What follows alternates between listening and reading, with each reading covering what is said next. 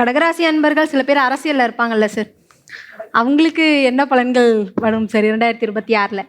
இல்லை, அரசியல்வாதிகளுக்கு எப்பயுமே தனியாக ஏன் சொல்லணும்? அதான் எல்லாரும் பொது பலன் சொல்றச்சு என்னையும் அதிலே விடுங்க. சரிங்க சார், அதுலயே என்ன போயிடலாம் சார். சொல்கிறேன், கடகராசிக்காரங்களுக்கு இடம் மாற்றம், தொழில் மாற்றம், உத்தியோக மாற்றம், வியாபார மாற்றம் எல்லாம் வரும். ம். குடும்பத்தில் புத்திர சந்தானங்கள் அனுகூலம் ஏற்படும். கணவன் மனைவி சண்டை போட்டு கோர்ட்டு கேஸு எங்களை போல் வக்கீலை பார்த்து டைவர்ஸ் வரைக்கும் போனால் கூட நீங்கள் வந்து ஒரு பெட்டிஷன் வக்கீல்கிட்ட கொடுக்கறது முன்னாடி ஒரே ஒரு வாட்ஸ்அப்பில் மெசேஜ் கொடுத்தா திருப்பி ஒன்றா சேர்ந்துருக்கும். அந்த அளவுக்கு உங்களுக்கு வந்து நல்ல டைம். இப்போது காதல் அமைப்பு அதிகமாக கை கூடக்கூடிய ராசியில் யார் பார்த்தா கடகம் வரும்.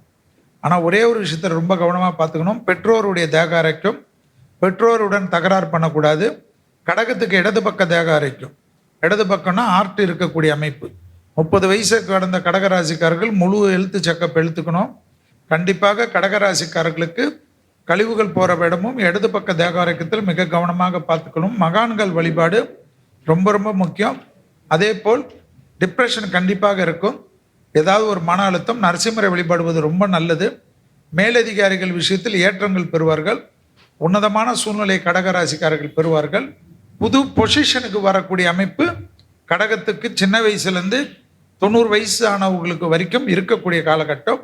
எனவே கடகத்துக்கு இந்த 2026ஆம் ஆண்டு ஒரு நிம்மதி கொடுக்கும். கூட இருக்கவங்க பேச்சை கேட்டு குறுக்கு சந்தில் போயிடாது.